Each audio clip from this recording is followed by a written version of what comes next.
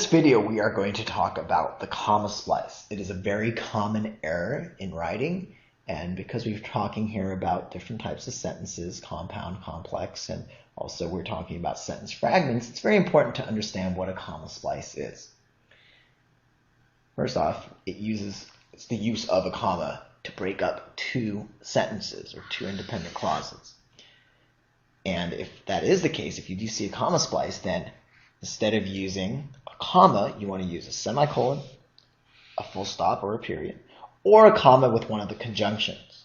So if you go back to the coordinating conjunctions in a compound sentence, that's a perfect example. So you don't want to put comma and forget the and then think you can stick another independent clause on there. If you do that, that is a comma splice. So let's take a look. Mike studied diligently each night, comma, he was able to get straight A's. What should we have here in this sentence? We should have one of the fanboys, comma, so. But we do not have this coordinating conjunction. It's absent. Instead, we just have a comma. And therefore, this comma is incorrect. And that error is called a comma splice.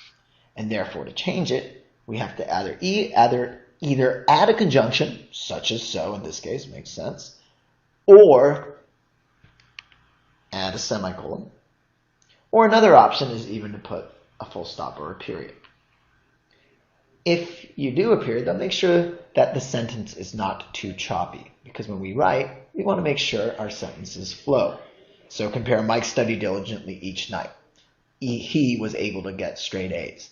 I read that as though there was a full stop or a period. But the sentences flow a lot better if you use compound sentences. So with so, it would be Mike studied diligently each night, so he was able to get straight A's. Let's go on to B. Though he practiced the piano 2 hours each day, he still could not master the sonata. It was so difficult. If I gave this sentence to, I'd say 70% of high school students, and maybe I'm being a little bit cynical, so let's say 70% of middle school students, they would think that this sentence is absolutely fine. And it's not that the state of our education is necessarily poor. The problem is when people see sentences, they do not rely on grammatical rules, they rely on their ears. So if I read this sentence B, it sounds absolutely fine, but it is not. There is a comma splice. See if you can spot it. Okay, well, let's have a look together.